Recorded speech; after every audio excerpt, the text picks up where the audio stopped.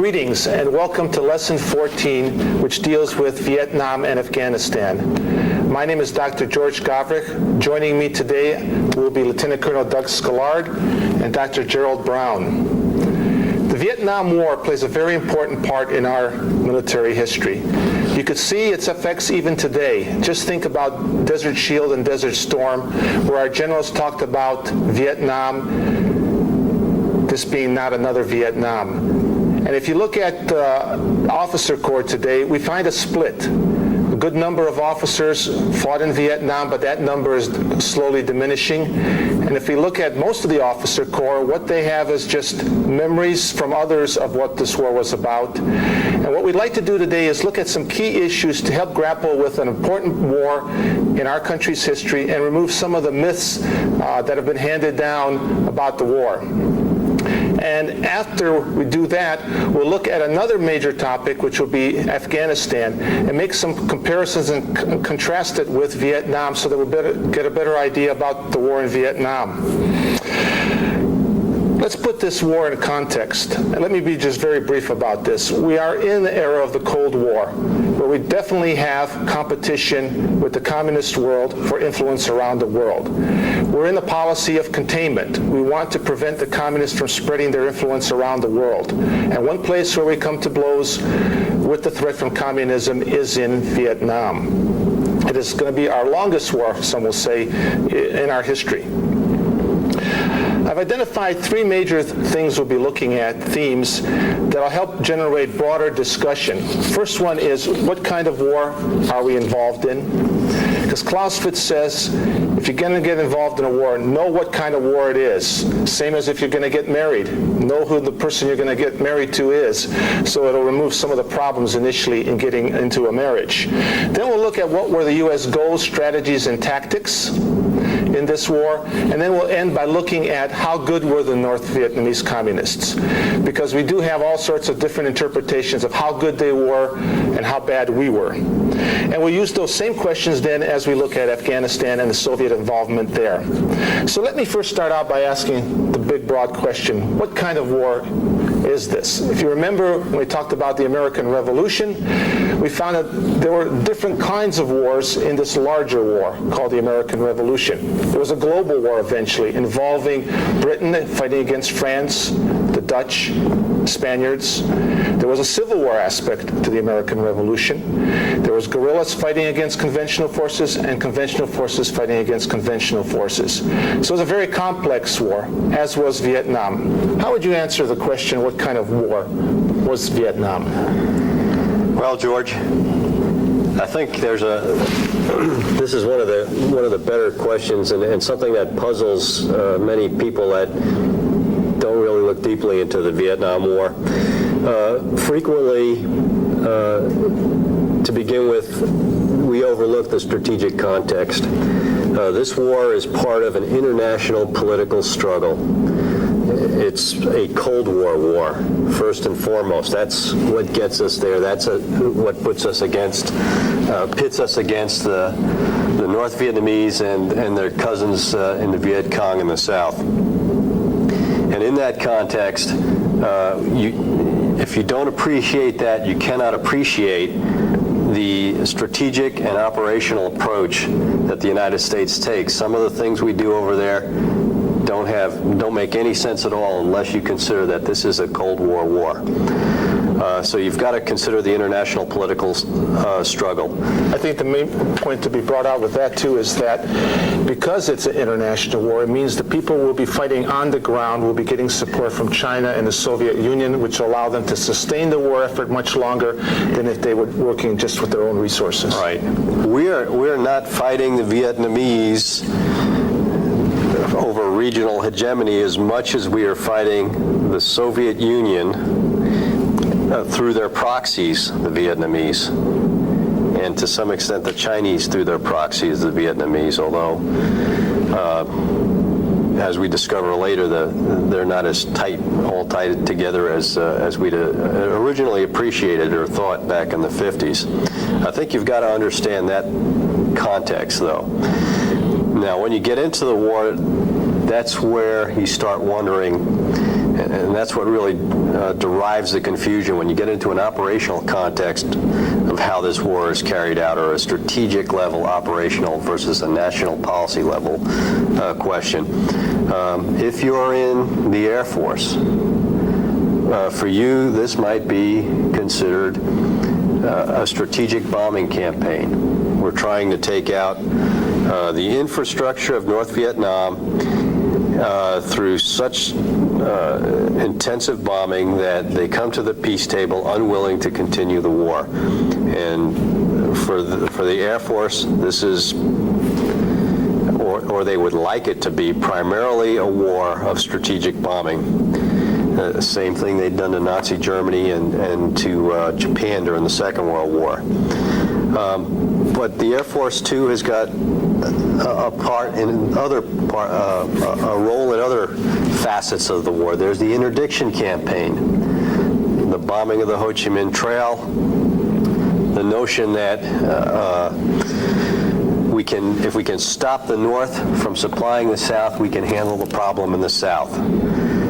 So there's that aspect of it. Now, the Air Force isn't alone in that particular role. The strategic bombing is largely them in the Navy, but when you get into the interdiction campaign, Air Force, Navy, and also, to an extent, ground troops do that. And the interdiction campaign, Ho Chi Minh Trail, everybody knows about, but it's also going down in the South and also along the coastline. So they're trying to keep the North away from the South, and that's another war. If we can just hold off reinforcements, we can win this war. Then there's the war of the main force battle. That's primarily the ground war. And that is the war of the North Vietnamese invading the South. That's the battalion, regimental-sized wars, the large offensives that we see in Hue, the Battle of Tet, Da Nang, the real big-name battles of the war, where the North Vietnamese regulars mix it up with the South Vietnamese Army and the American armies and Marines on the ground at a very large and costly scale. Finally, there's the pacification campaign, or the village war, that war of the VC that we make so much about, particularly in America today. You don't know who the enemy was over there. The little boy whose head you pat and you give him the chocolate bar, and as you walk away, he throws a grenade at you.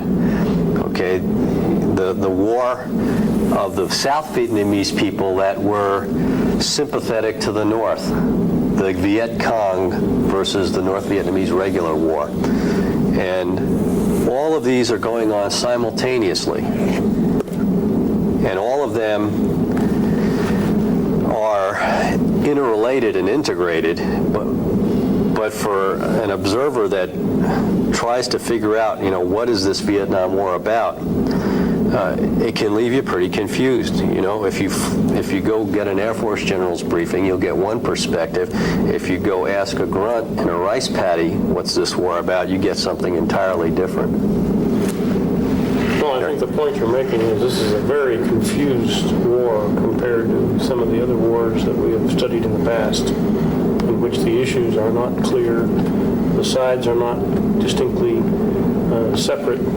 For example, as you point out, it's very difficult sometimes to separate the Viet Cong and the North Vietnamese forces, even though they may fight differently, even though they are fighting perhaps for different causes. This is a very confused war, and we need to understand that that's one thing that makes this war different from some of the other wars that we have viewed in the past in this course. Some other ways that you might look at what kind of war is this, in addition to the international dimension of it, is to look at how much is it a conventional war or counterinsurgency. It involves an invasion from the north, and we have to fight against the North Vietnamese. But the problem is we don't take the war to North Vietnam. So that limits Not on the ground, did it? Not on the ground. And then you've got the problem that there's the Civil War aspect to it. It starts out with South Vietnamese against South Vietnamese with support from the North. But because the North doesn't invade with a large conventional force to occupy part of the country but infiltrates, it makes it a murkier war than if you just crossed the DMZ and occupied the northern part and then said, okay, fight us in a conventional sense. So what that does is it creates a complexity and confusion about what kind of war are we involved in. And the dynamics of how much is it conventional, unconventional, how much is it civil war versus conventional war will change as time goes on.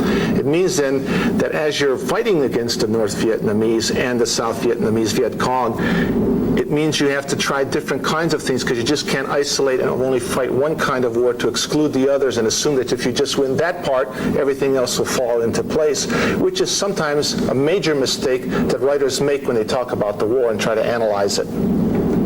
You also have to look at the coalition nature of this war. Absolutely. Which is Right, also confusing.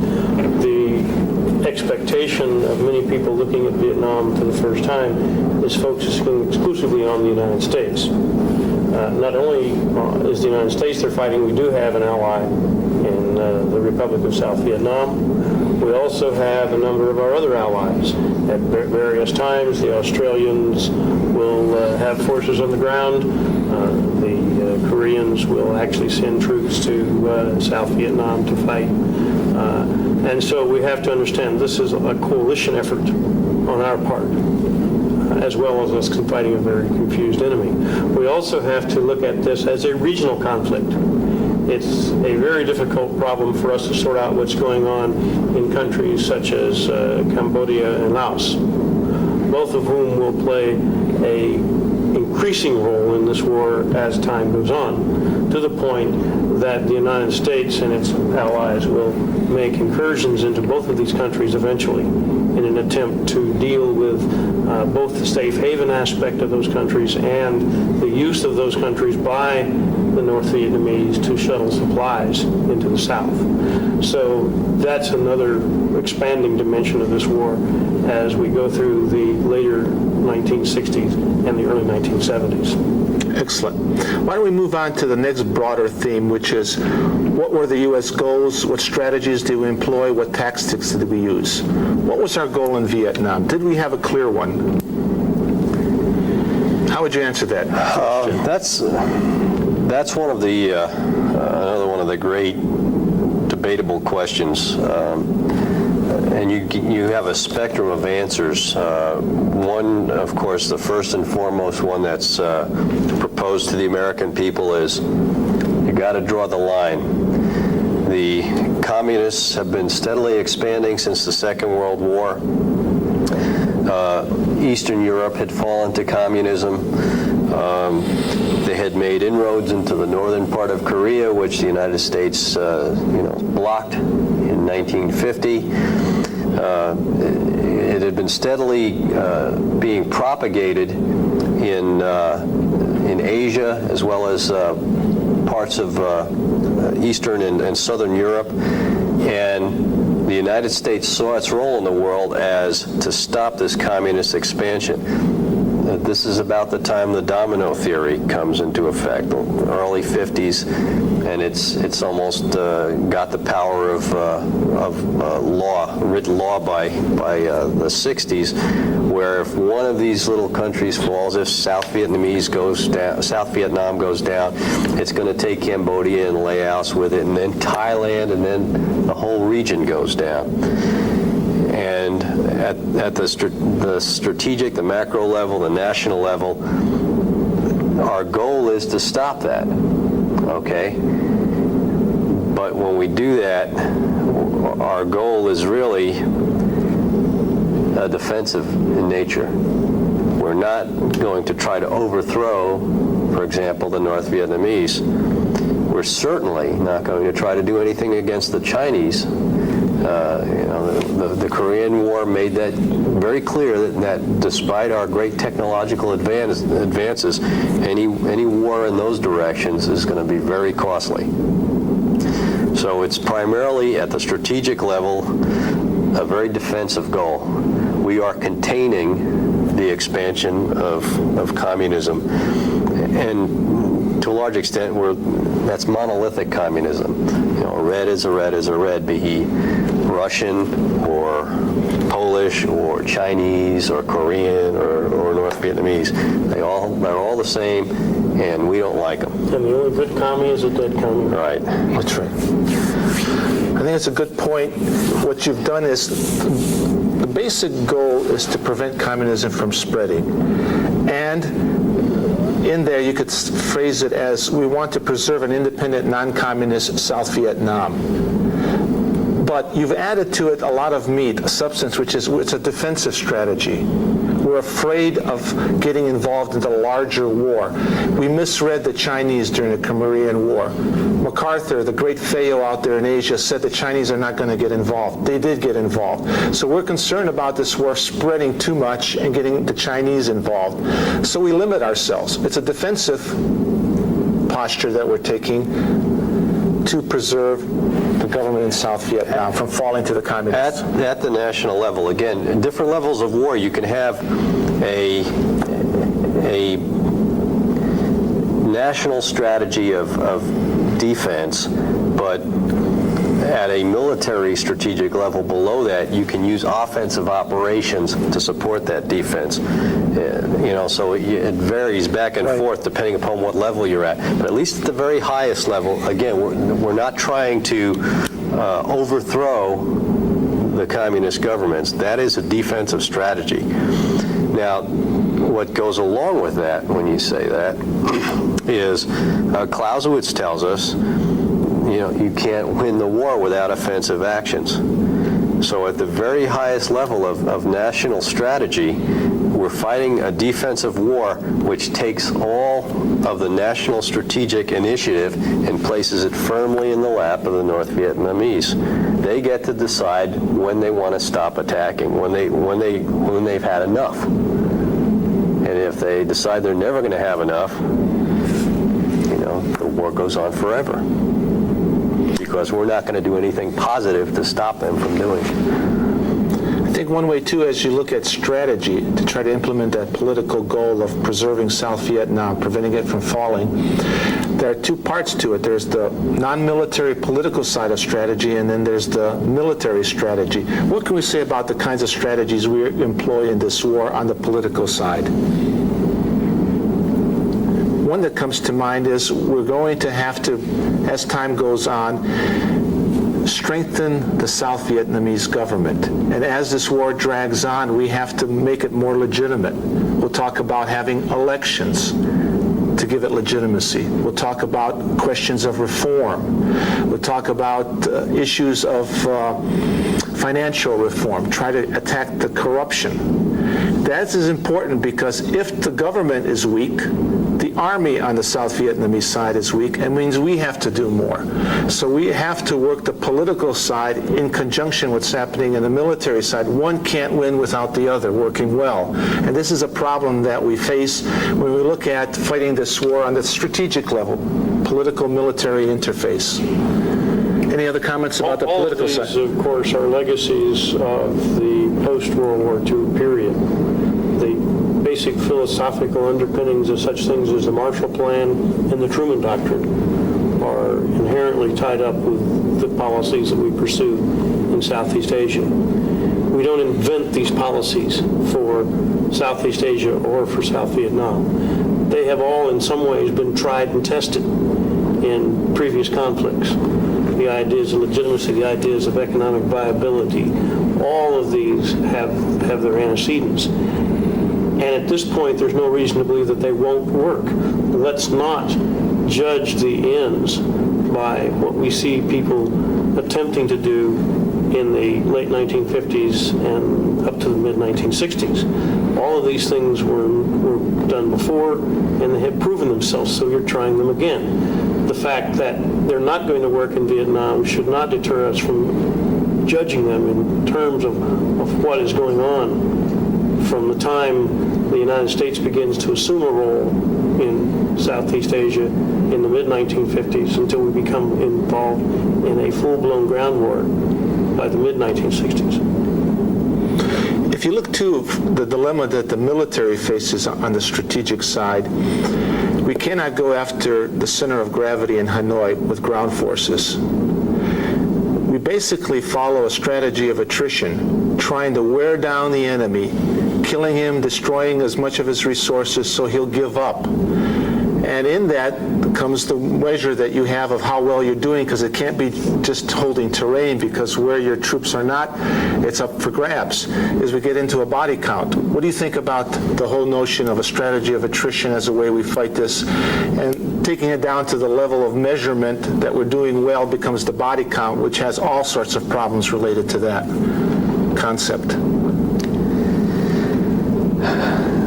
I think our strategy devolved into, if we can't do what we want to do, we'll do what we can do. We'll want to do what we can do. And if we're not permitted by our political masters to take the war to the North Vietnamese, for all sorts of reasons that seem to be well-founded based on recent history. The Chinese went into Korea when they got nervous about the integrity of the North Korean government and territory. What's to say it's not going to happen here again? So for pretty good political military reasons, at least on the surface, the military's not going to be permitted to do some of the things that it would like to do, and it kind of finds itself in the realm of, well, if you can't take enemy ground away from him, which is something that's measurable, and you really can't say who controls any one piece of ground outside of the major cities, at least in the early 60s, you control wherever you send American soldiers, and when you leave with those soldiers, you no longer control it. Okay, so you can't really measure capturing ground in the South because you can't be everywhere. So what can you measure? And we kind of fall into, well, we know when we kill them. When we kill somebody, we know that guy's not going to fight us anymore. And if you take an approach of, well, there's only so many of these folks, and we got population statistics, they're going to reach a point where their population can no longer support the war, in theory. And that point becomes what Westmoreland will call the crossover point, the light at the end of the tunnel, where the North Vietnamese effort will steadily be declining through lack of troops anymore. It's not pretty. It's not the way the Army would like to do business, or the U.S. military would like to do business, but it sees that that's all it's got open to it. It's only options. Okay, but that's a strictly military analysis. That doesn't get into the political side of things, the establishment of the legitimacy, which we've been trying to do since the elections were called off in '54, and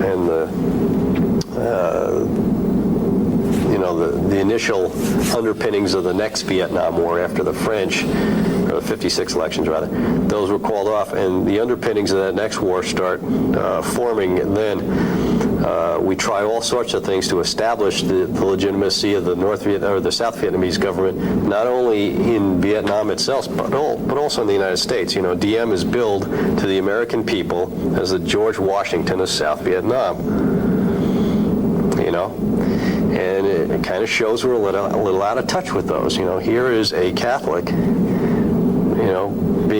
being billed as the founding father, if you will, of a new democracy in a primarily Buddhist country. With his little contingent of little government based on nepotism. So we're not dealing with that very well, and by the time Diem is assassinated, right around the time Kennedy's assassinated, there's not a whole lot of folks in the United States that are going to cry for him. But then he's succeeded by a series of generals, strong generals, that replace each other, and the legitimacy falls off there. What are we fighting for in Vietnam? if we can't even say that the South Vietnamese government is legitimate. It's like a banana republic. They turn over military dictators every year and bring in groups of them and disband them in another.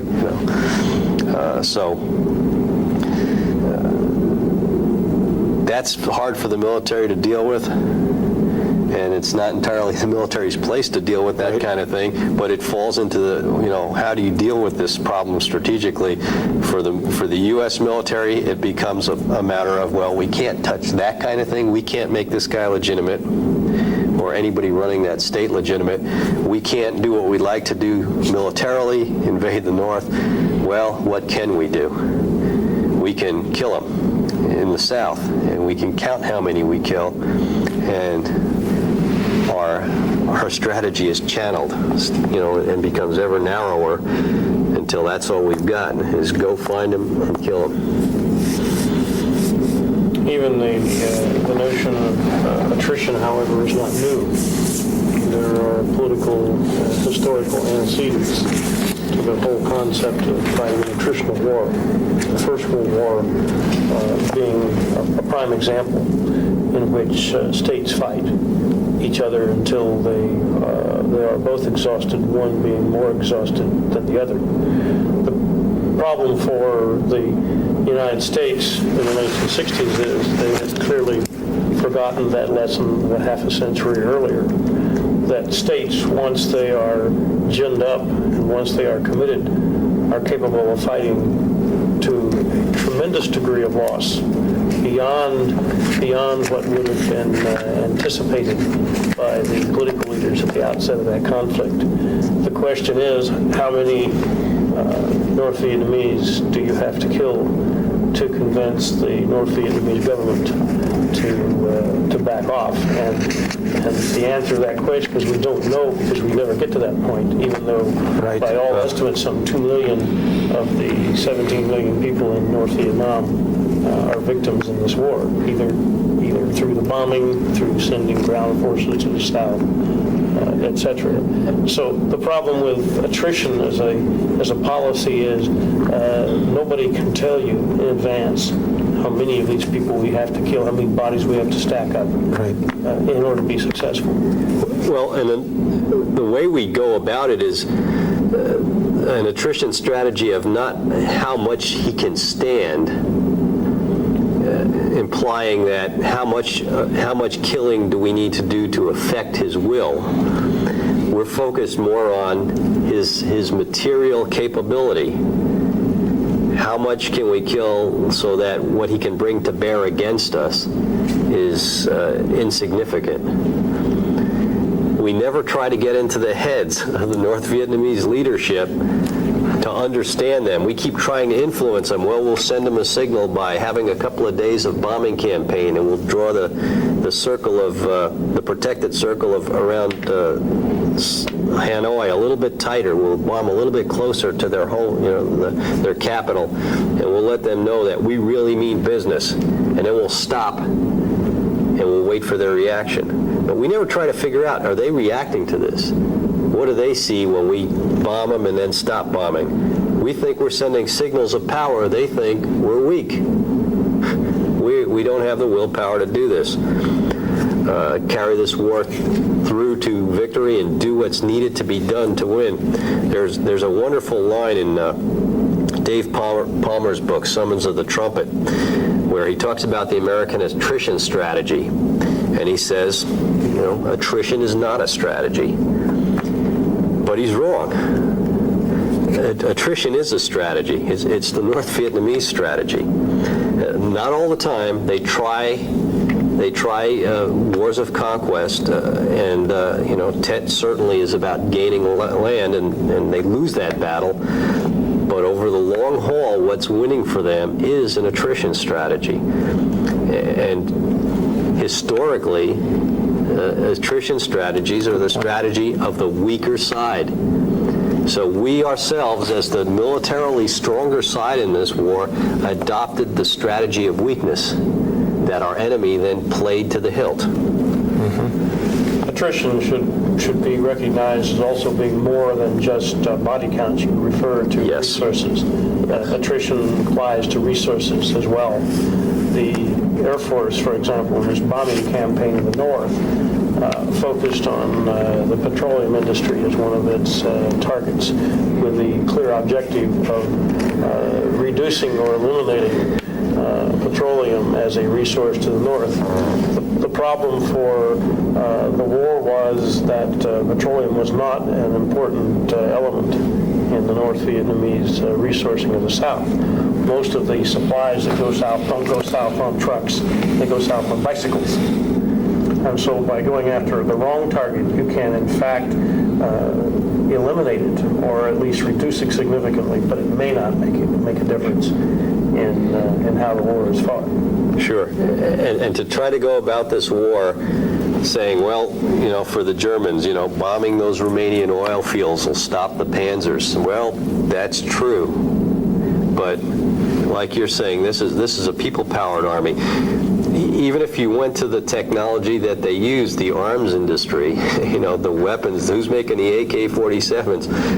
You don't bomb the AK-47 factories because they're in China and they're in Russia. Most of them are in Czechoslovakia. Well, in Czechoslovakia, that's right, Eastern Europe. So you can't play by the same rules that we played by, particularly in the strategic bombing, but it creeps into our thought all across the spectrum of this war, of somehow we are trying to make this the type of war we want it to be. Make it the kind of war we want to fight, because that's the kind of war we're good at, and they just will not, they won't cooperate.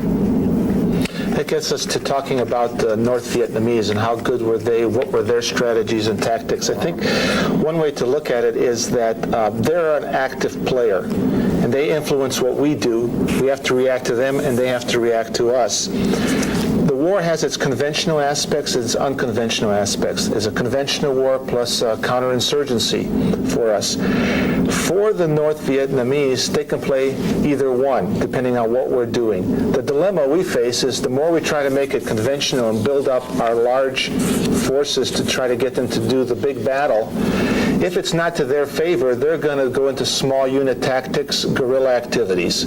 If we go too much chasing after them in small units, with small units, then we run the risk of them massing some power, overrunning a few posts out there in left field, so to speak. And the political fallout back in the United States would be devastating. We don't want another Dien Bien Phu or anything on a smaller scale.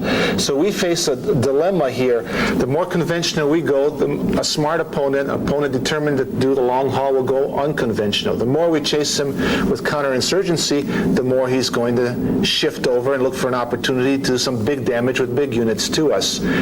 So this is, I think, one thing to keep in mind as we look at this whole notion of the enemy is not passive, he's active, and he could do things and force us to adjust to him. And this is, I think, how the North Vietnamese have options that allow them, with their strong will, to keep this the long haul as long as it takes, to try numerous different kinds of things and make this a long, drawn-out war. But how smart are they in all this as they're adjusting? Because our strategy has to adjust, their strategy has to adjust. Same with our tactics and their tactics. So the problem is not the adjustment, is analyzing how good was the adjustment. Don't criticize because we've changed a bit our strategy, because we had to in response to the enemy. Were we adjusting properly to meet his adjustments is the one issue that you ought to keep in mind. What about the North Vietnamese? How smart are they? Is this a long, drawn-out plan that they have that comes to fruition at the end with a victory, or are they making mistakes and stumbling through like we're kind of stumbling through trying to understand this strange creature called the Vietnamese War? I think there's two real good questions in there, or two real good issues. One is, who are they when we say the North Vietnamese? We're making an assumption that everybody in Hanoi thought the same way. And we do that just like we think all communists think alike, because we don't know any better and we don't try to find out.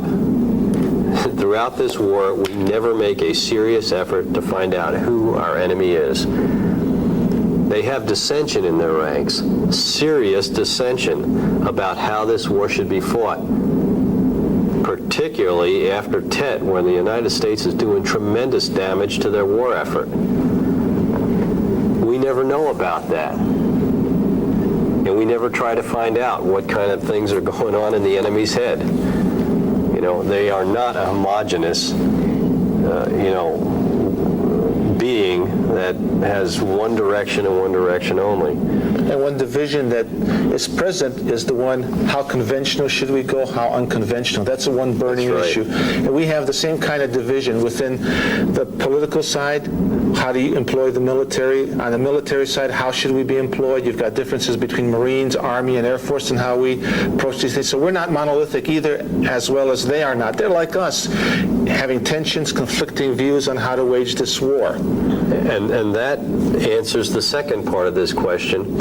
Many Americans, and it seems to be part of the popular culture about Vietnam right now, is that they played one strategy the entire war. The North Vietnamese played one strategy, and it was a strategy of patience and attrition.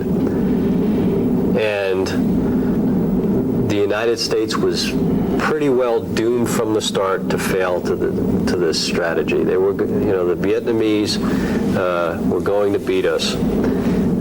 Great jokes that Western journalists used to tell when they see new American commanders coming into Vietnam about, here comes another great Western warrior about to lose his reputation to General Giap and Ho Chi Minh.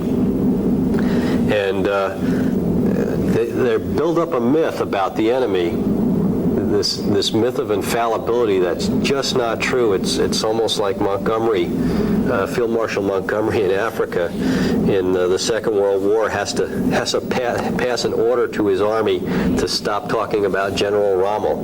He's got the Brits so cowed that Montgomery forbids them to speak his name. You almost see that in Vietnam, this notion that they don't make mistakes, and yet they do make mistakes. Their first and foremost mistake is they think we're the French.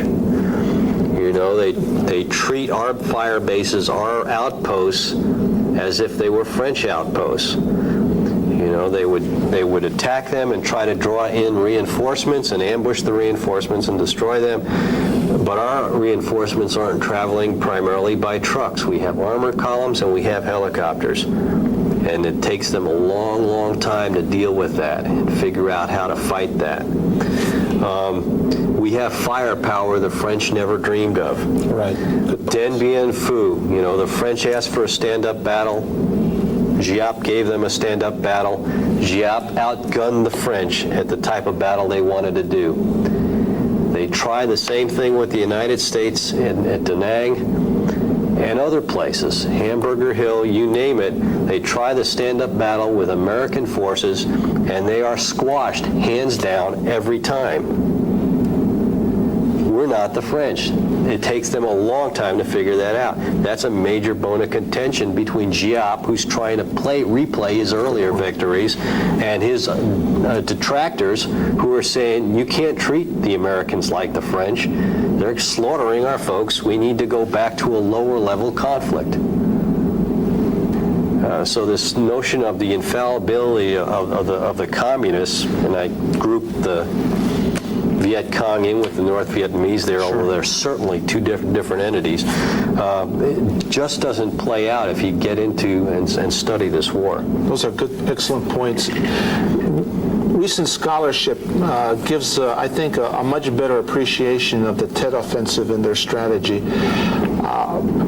There was a debate. Should we continue unconventional or should we go more conventional? And Giap argued that the time was right for the major uprising, that if we attacked in numerous places at the same time, we being the North Vietnamese, we could do serious damage to the South Vietnamese government and its forces.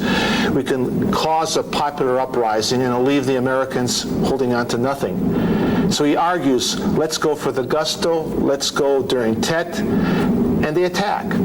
And they're focusing on winning the war really quickly.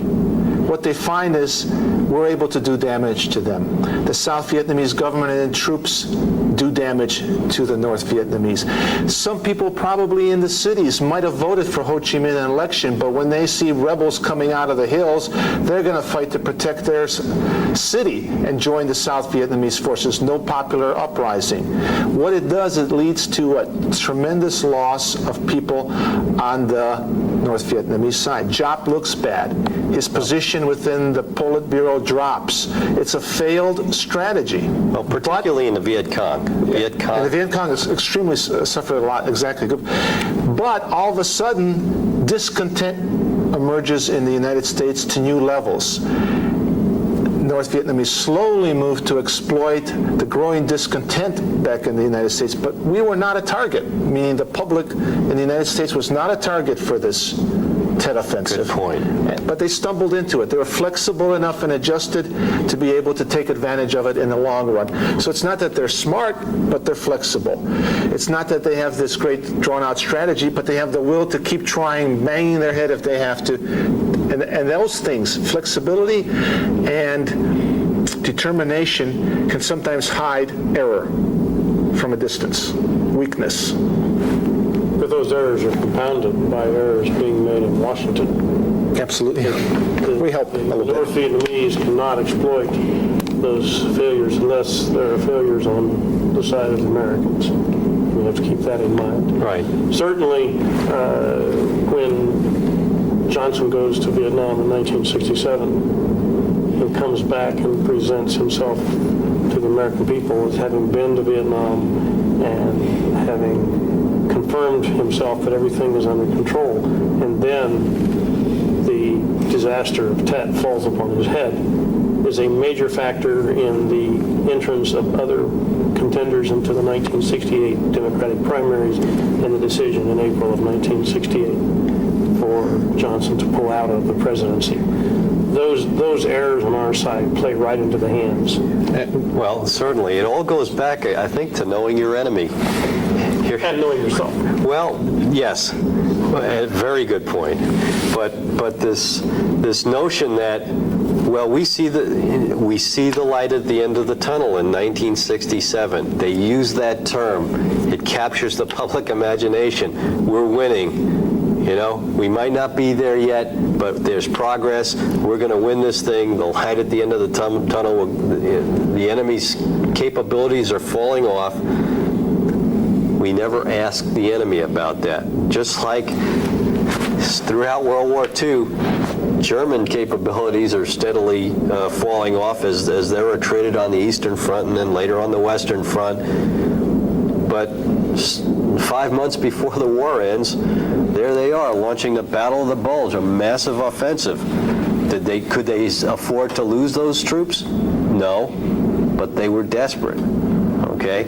In 1968, by our assessment, perhaps they never should have done the Tet Offensive. And by some North Vietnamese assessment after the battle, they think they never should have done it. But we never allowed for the capability that they could have done it. And The very fact that the 1968 election becomes a referendum on the war, right. an indication to what extent it has reached into the streets of America, although, as you pointed out earlier, George, that was not the intention. Right. And again, it goes back to knowing yourself too. What is the referendum on the war? Okay, there are many Americans that are very dissatisfied with the war. To LBJ's mind and to others, that dissatisfaction means they want us to get out. Popular polls show that even at the time of Tet, if not a majority, very close to a majority of the American people were in favor of continuing the war if the United States pursued a strategy that would bring it to victory. Right. It wasn't a nationwide peace movement, as some would have you believe today. What's Nixon's campaign promise in 1968? Which brings him to victory. He has a plan. That's right. I have a plan here. Peace with honor. And that sells a presidency. I think the thing, too, to keep in mind when we talk about the public, no matter how noble the war effort is, I'm thinking of World War II, a president has to worry about public opinion. He has to worry to keep the people focused on the war effort. We saw that in the Civil War, the noble quest by Lincoln, Union. Well, the war is dragging on, and an election is coming. People like Grant and Sherman are worried that Lincoln might not get reelected. There's a quote-unquote peace candidate. They're striving to get to Atlanta to give it as a gift to Lincoln to help him with his reelection. FDR has to keep Americans focused on the primary enemy, Germany, not on Japan. We got to get soldiers on the ground in North Africa to start fighting there rather than keep worrying about the Pacific. All those kinds of things are very important to keep in mind. In any kind of war, you have to rekindle the spirit to keep the loyalty of the people for the war effort, and Vietnam's nowhere unusual in this regard. It's just that the kind of war that it is, it's difficult to bring concrete results quickly, and the people start to fade away. We need to now fade away into a new subject, which has a lot of reading, Afghanistan. Let me throw out a few things to consider, and then I'll open up for discussion. If you were around in 1979 and the Soviets were going into Afghanistan, the feeling would be among major analysts that the Soviets are going to have an easy time winning in Afghanistan. They were not going to have the problems we had in Vietnam. They were going to show us how to do it. If you looked at some of the arguments that were made on the Soviet side, the advantages that they had, one, they had a totalitarian system. They would not allow for public discontent to emerge. They would not allow for a free press to critique what is going on in Afghanistan if things went badly. It was in their national interest. It wasn't like thousands of miles away in some godforsaken land, but it's bordering right on the Soviet Union. Because it's close, they would have easy time with logistics just across the border. They would be able to call upon their own Muslims within their own country who know Muslims in Afghanistan. Some of them speak the same language, so there wouldn't be this great cultural gap between the Soviet effort and the people they were fighting, the Afghans. And when they actually got to the point of the arrow, they could nuke them if they needed to. They could probably throw chemicals at them. They could do all sorts of atrocities because they wouldn't have the moral restraints that we had to fight under in Vietnam. These were some of the points that were made. And then when they looked at the Afghan side, the Afghans are no North Vietnamese. They don't have this Hanoi, a center of gravity, and a safe haven that can only be reached by bombing. They're not unified like the North Vietnamese communists who have a Politburo, who have a party, who control the military. They're fragmented. They're ragheads, and they have more primitive weapons versus what the sophisticated North Vietnamese have. These were the kinds of jargon, these kind of stereotypes, these kind of prejudices, almost racial statements that were being made during this time. And the people were surprised that the war dragged on and on and on until, according to the Afghan rebels, they helped put one nail in the Soviet coffin. Because of the war effort in Afghanistan, the training of resources, they helped bring the Soviet Empire down. One of the things I think you could do is talk over some of these things that were strengths for the Soviets, and another thing that you then might say, as in anything, nothing is invincible. In every strength, there's also a weakness. For example, a totalitarian system. Marshall said democracy cannot stand a 7 years war. I would argue a totalitarian system would have a hard time fighting a 7 years war because it costs money. Does the Soviet Union have wealth, resources to fight that long and still worry about the main threat, which is us in NATO? That's where their primary focus is, even though they're fighting down in Afghanistan. Sure, it's in their interest, but if it takes too long, you start wondering how important is it if red lines are getting longer, our economy's hurting, we need to get out because though it's next door, we could go down from within if we don't solve the problem. Sure, you have Muslims in your own society, but what kind of Muslims do you have? The ones you're going to listen to are communists. They're apparatchiks. They're people who've moved up in the system by the Soviet ideology and probably feel very distant from the Afghan rebels. So you don't have a cultural insight into the Afghans as a communist member sitting in Moscow directing the war effort there. That is not to your advantage.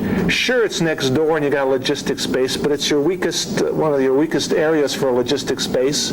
You can drive across the border, but there are only a few roads that can be used, and the rebels can interdict them. Sure, the rebels are using more primitive weapons. They're fragmented. And sort of in a way, their strength is to fight with fragmentation. I like to think of them as divided we stand, united we fall. Their strength in resisting has been a more diversified, decentralized way of execution, of fighting, and they don't present a convenient center of gravity target. There are too many centers of gravity in the different rebels and tribes that deep down inside they want to fight.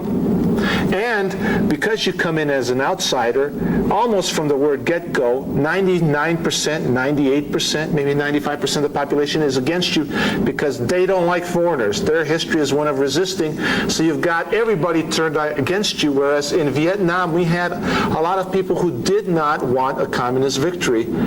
It's just that we couldn't give them a victory fast enough. So those are the things that are some of the things you might consider about. Sure, it's important to remember to every strength there's a weakness, and it can be exploited, and this is what the Afghan resistance does. It eventually turns all those strengths into weaknesses on the Soviet side. I think there are some, the way you started off, there was a natural tendency by particularly Americans, particularly American military people and military commentators, to look at the Soviet invasion of Afghanistan and look at our own recent experience in Vietnam. And, you know, the notion, it was military people that were saying the Soviets are going to show us how it should have been done. Mm-hmm. And they made some of the same mistakes that we made in not understanding what they were dealing with when they went into Afghanistan. You know, they were going in for a quick incursion, stabilize the government, and they were going to be out of there. And they found themselves in a much bigger problem than they'd ever anticipated because they didn't give enough time to thinking about what it is they were getting themselves involved with. It goes back to that first strategic question that Clausewitz tells you to ask yourself. If you're going to go to war, what kind of war are you going to get yourself into? For the Americans, as this thing dragged on, there become more and more points of comparison between it and Vietnam, and it's useful to look at them and then I think do some contrasting as well. Just as the Soviets, one of the points of contrast is they're right there next to Afghanistan. They're contiguous with it, and you can launch from Soviet territory right into Afghanistan. For the rebels, there's some benefits too. They're contiguous with Pakistan, an ally of ours, and there's weapons flowing freely, and so there is a comparison with the Vietnam War there. The arms are coming in, and the Soviets find themselves in the same position we were in. We could not, at least openly, bomb Laos in Cambodia, although we certainly did it covertly. The Soviets cannot bomb Pakistan because then they'll get us mad.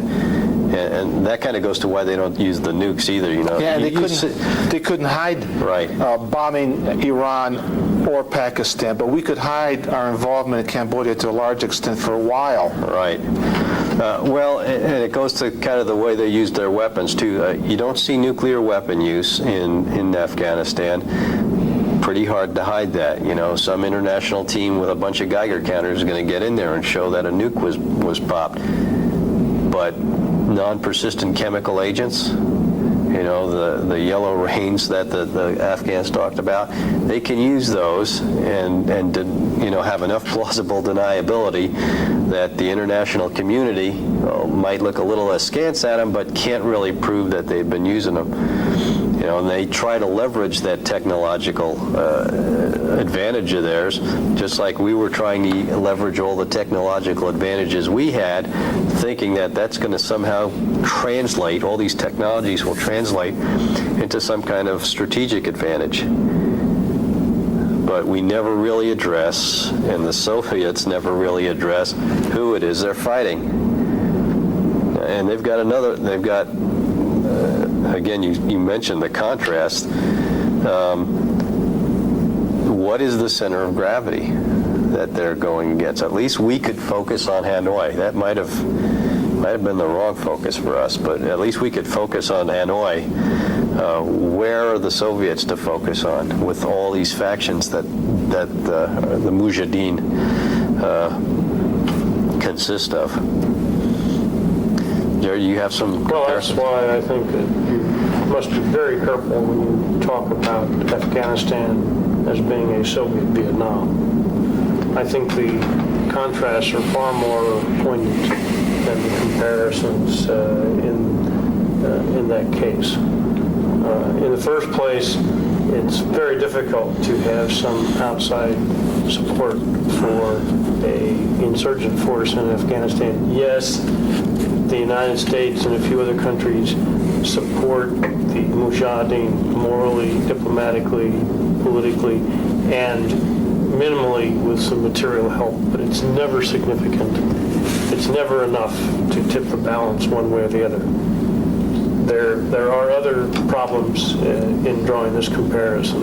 One is the fact that the Soviets are bolstering up a failed regime in Hanoi, in Kabul. In Kabul. Back to Hanoi. Freudian slip there. In Kabul. Well, there's a possibility they also bolstered a failing regime in Hanoi. They certainly were bolstering a failed regime in Kabul. Exactly. And that was something that had wide-ranging diplomatic and political consequences for the Soviets. The issue of legitimacy is much more prevalent for the Soviets because the Kabul government is disliked by 98% of the population. And there's no way you're going to sell it to the Afghans. And you're not going to do that. The other thing is, for anyone who has ever been to Afghanistan, and you have, Jerry. And I have been there. It's extraordinarily difficult to communicate from one place to another. Very, very minimal infrastructure, road network. The ability to move is very restricted. And so whenever the Soviets try to reinforce or to develop areas in which to operate, they're funneled down a very, very few roads which can be easily interdicted, which is a very different problem than within the borders of South Vietnam. Now, we have problems in Southeast Asia in interdicting material flowing down the Ho Chi Minh Trail, but that's a political problem, not necessarily an operational problem. So I think you have to be careful in making that comparison. Another is, as you pointed out, the tradition of the Afghans as being very fiercely independent people, which is something that was not true exactly of the people in the former French colonies in Indochina, and so that must be borne in mind as well. I would think, if I mean, to compare it to this, our American Revolution, I think a lot of the people in North Vietnam and South Vietnam during the French struggle and the struggle with us being there were kind of like the silent majority. They wanted to be left alone. And everybody's trying to convince them to join the side. Not in Afghanistan. Another problem is, and this is something that we only have a better understanding in retrospect, and that is the Soviet Union was never as viable and strong as we always thought it would be. Already in the 1970s, the Soviet Union is having very serious economic problems. Those economic problems will ultimately help bring down the Soviet Union in the 1980s. And those problems are already plaguing the Soviets in the 1970s. We have our problems politically in the United States in the 1960s and the early 1970s. The Soviets have their problems, but we have a viable means of transferring power, that is through elections and constitutional systems. The Soviets have yet to resolve that issue for themselves. And the Brezhnev government, for example, has a problem as Brezhnev gets older and older and less capable of governing. What's going to happen when he leaves? Who's going to come to power? What are their policies going to be? If we have our problems in establishing long-term policies, the Soviet system has multiple problems in establishing those long-term policies. And so we need to take all that into consideration as well. So I think that it's perhaps a misnomer to go too far with this comparison between America and Vietnam and the Soviet Union and Afghanistan. That's a good point. I think it's time to close up. One of the things I think you might consider as you compare this to the 19th century, where Europe was gobbling up the rest of the world, is going back to the international setting. We're in an era post-World War II with the notion of self-determination. People have a right to choose their own governments. Look at the United Nations, formed by us, controlled by us at the beginning, and then 100 new nations, almost virtually 100 new nations appear, and they attack us now in the United Nations. It's the wave of wars of national liberation, people struggling for independence within the context of the Cold War, where one side is fighting against the other side. Usually the superpowers come in, one side takes one side, the other takes the other side. And we find in Vietnam, the Soviets are giving the support that the North Vietnamese need to fight us. And it's not a popular war to be in around the world. The same way in Afghanistan, the Soviets find the weight of the world is against them. So it's not that we're, let's say, dumber than people in the 19th century who seemed a little more successful. Back then, there was a monopoly on the Gatling gun at the time. There was less a rivalry to undo the guy in trying to get a colonial state, but kind of dividing the world in zones of influence and then grabbing colonies along the way. That has changed. The force of self-determination has emerged, grabbing territory from someone else, exchanging lands here and there, which used to be the way things were done in Europe before, no longer seems to operate. So it's in a different climate, international setting, strategic environment that the Vietnamese War and the Afghan War are fought, and it does influence tremendously how you actually fight at the point of the arrow. You can't ignore the larger environment, communications, values, international diplomacy, all those things, they weigh in on how these wars are conducted. Thank you very much.